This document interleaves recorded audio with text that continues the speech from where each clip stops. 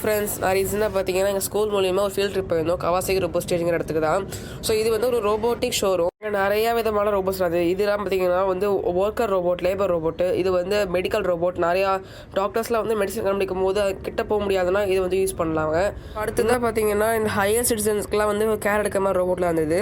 இன்னொரு ஆச்சரியமான விஷயம் என்னன்னா, நான்லாம் விஆரில் பார்த்தீங்கன்னா எக்ஸ்பீரியன்ஸ் பண்ணேன் ஃபார் த ஃபர்ஸ்ட் டைம். சூப்பராக இருந்தது. அடுத்தது பார்த்தீங்கன்னா இந்த ரோபோட் நம்ம ஃபேஸ் பார்த்தீங்கன்னா அப்படியே உறைஞ்சிருதுங்க.